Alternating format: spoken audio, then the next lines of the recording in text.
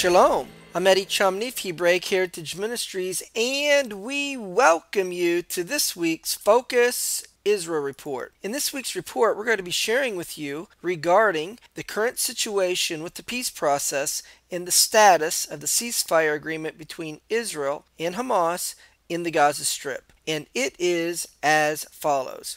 Palestinian President Mahmoud Abbas will urge the United Nations to take over from the United States as the Middle East peace broker when he speaks at the United Nations later in September. Abbas will try to shame Israel into withdrawing from the West Bank and East Jerusalem, and if it doesn't agree to the pullout, we will confront Israel politically all over the universe, said Nabil Sha'ath, an advisor to Abbas. We are going to ask the world to treat Israel as it did apartheid South Africa. Following up on a failed effort 2 years ago to get full United Nations recognition for Palestinian statehood at the UN Security Council, Sha'ath said that Abbas will ask the UN Security Council to intervene and take control of peace efforts. Abbas will seek a UN-endorsed deadline of 3 years for an Israeli retreat from the West Bank and East Jerusalem to pressure Israel toward compromise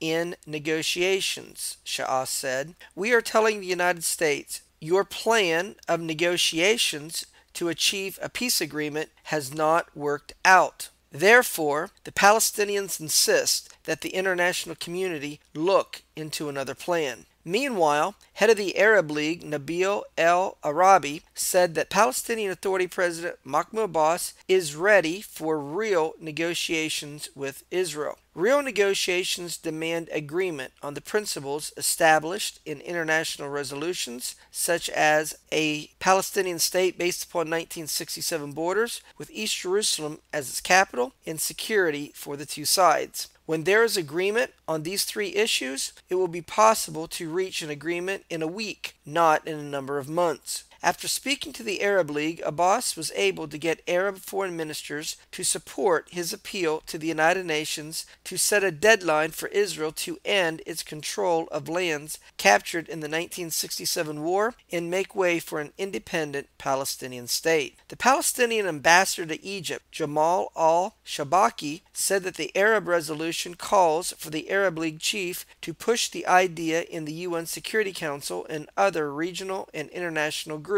Al-Shabaki said the appeal to the United Nations is in line with other international resolutions with regard to the establishment of a Palestinian state and the recognition of 1967 borders as a basis for peace negotiations with Israel. He said that an American veto is a possibility at the UN Security Council, and if a veto happens, the Palestinians will pursue their bid for joining the International Criminal Court, where they could pursue war crime charges against Israel. Going to the Security Council will force the international community to do something regarding helping the Palestinians to seek to achieve a Palestinian state. In order to rally his support for recognition of a Palestinian state at the UN Security Council, Palestinian Authority President Mahmoud Abbas will ask French President François Hollande to recognize Palestine as a state as part of a broader effort to drum up international support for his new political initiative. Palestinian Authority Foreign Minister Riyad al-Malki said that the current political climate was better than ever before to push forward with the demands of the Palestinian people, adding that now, more than ever, the world was convinced that Israel was undermining the peace process with its expanded settlement activity. As European countries were becoming more aware of the need to push the Palestinian cause to the forefront of the international debate, he said the Palestinian Authority was going to demand that the United Nations take a clear stance to put an end to the Israeli occupation. U.S. Secretary of State John Kerry has yet to respond to the plan, said Malki, who hopes to get an answer from the U.S. administration by September the 24th, when the UN General Assembly begins its new year in New York. Malki said returning to the negotiating table with Israel would only be possible if Israel freezes its settlement building, releases the fourth and final batch of Palestinian prisoners held in Israeli prisons, and outlines the borders of a future Palestinian state. Mahmoud Abbas stressed the importance of the Chinese effort to support a Palestinian state at the UN Security Council. During a meeting with visiting Chinese Special Envoy to the Middle East, Gong Xiaosheng, Abbas said the leadership is exerting tireless efforts to rebuild war-battered Gaza Strip. Xiaosheng underscored his country's constant support to the Palestinian rights for independence, statehood, and freedom. He added that his country supports the Palestinian people in all international forums and will continue to provide humanitarian and economic support to Palestine. Furthermore, the Palestinian Authority called for an international coalition to end Israeli occupation. In doing so, Abbas reiterated his promise to go to the United Nations to achieve his goal. "We are going to the United Nations as one of the methods to achieve our goals," he said. Abbas predicted that there would be some parties that would try to prevent the Palestinians from going to the United Nations and seeking membership in various international organizations, hinting at the likelihood that the United States would veto such a move at the UN Security Council. The United States, which has veto power, has in the past opposed solving the Israeli-Palestinian conflict through the United Nations in its Security Council. Furthermore, in a meeting with Palestinian chief negotiator in the peace process, Saeb Erekat, U.S. Secretary of State John Kerry threatened the Palestinians that the U.S. would take harsh steps against it if the Palestinians decided to seek membership in international organizations such as the International Criminal Court. Kerry said that if the Palestinians go to the UN Security Council, the U.S. government would veto their request, a Palestinian official said. Kerry also stressed that there would be serious repercussions to a unilateral approach on the Palestinian part to join international organizations, such as halting Palestinian economic support. He asked to delay the decisions and requested to meet with Abbas on the sidelines of the UN General Assembly meeting that is scheduled to take place later in September in New York. The source said that according to Kerry, Israel's diplomatic position in the wake of the recent Gaza war has become even harder. As a result, Israel is demanding even stricter security measures. An Israeli official said that the only way to a two-state solution was through direct negotiations with the Palestinians.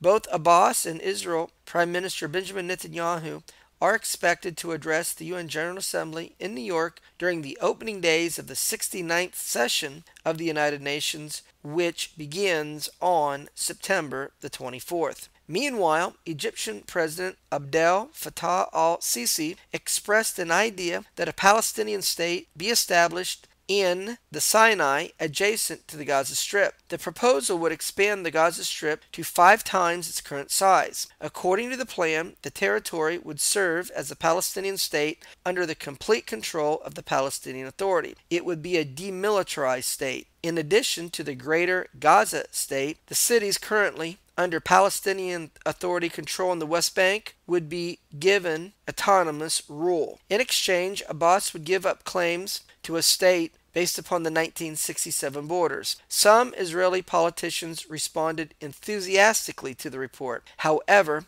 the idea was rejected out of hand by Palestinian Authority President Mahmoud Abbas. Israel Justice Minister Tzipi Livni and chief negotiator in the peace process said Israel needed to link itself to the West and to moderate Arab states by taking daring initiatives to solve the Palestinian conflict. Livni said that the struggle against terror is, among other things, an attempt to reach peace, just as reaching peace comes through the struggle against terror. It is important to know with whom one fights and with whom one makes peace, she says. Sometimes people get confused, she explained. It is clear that you fight the extremists and those engaged in terrorism, like Hamas, and make peace with the moderates, like the Palestinian Authority and Mahmoud Abbas. There is no legitimate reason for terrorism, nothing to understand, no reason to speak to them, no reason to listen to what is bothering them, she said, with no compromise.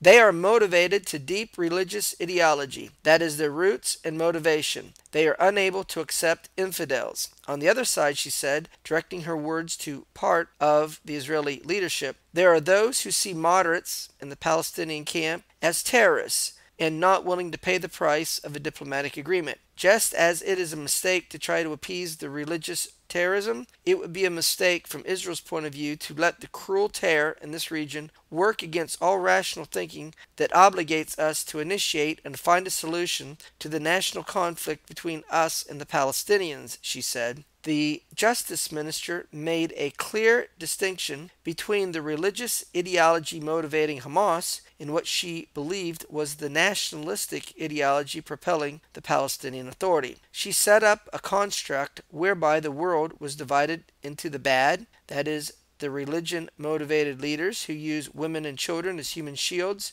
and do not accept the other, referring to Hamas, and the good, that is, those people from different religions and nationalities who accept the other. Among the latter camp, she said, there could be conflict, although it was not religiously motivated, nor did it stem from an inability to accept anyone who thought differently. Israel Finance Minister Yair Lapid echoed Livni's comments about the need for a daring diplomatic initiative, saying that it was impossible to settle for a situation in which there was no diplomatic vision. It can't be that Operation Protective Edge in the Gaza Strip against Hamas ends with a temporary ceasefire, and we will sit and wait for the next time that Hamas fires on us, he said. Instead of that, we have, first of all, to restore our relations with the United States. Lapid said that instead of fighting with the United States over the issue of the peace process, there was a need to go to an international conference where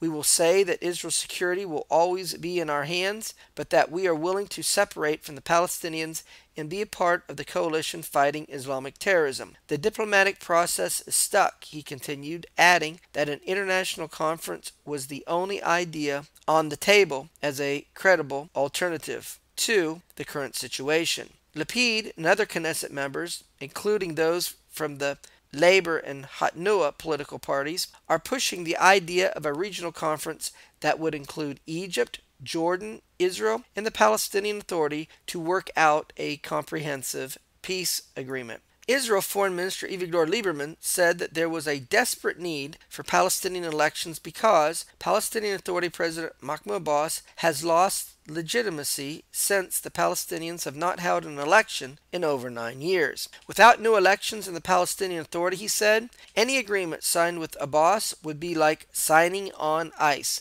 Lieberman said that he was in favor of elections in the Palestinian Authority, even though Hamas could well win them, because if that happened, at least Israel would know where things stand. He voiced concern that if Israel would sign an agreement with Abbas now, then whoever succeeded him down the line could very well say that Abbas had no legitimacy to sign any peace agreement with Israel, thus declaring such an agreement null and void. Regarding the ceasefire agreement with Hamas in the Gaza Strip, Hamas's deputy leader, Musa Abu Marzouk, said that indirect talks with Israel will resume between September the 20th and 25th. 50 days of fighting between Israel and Hamas ended on August the 26th with an open-ended truce agreement. Under terms of the deal, the parties agreed to resume Egyptian-brokered negotiations within a month to discuss key issues, including a Hamas demand for a port and an airport, a prisoner swap, and Israel's insistence on Gaza militants disarming.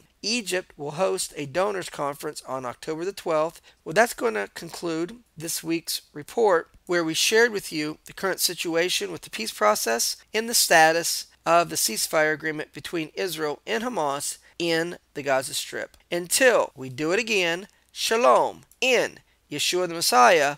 Amen.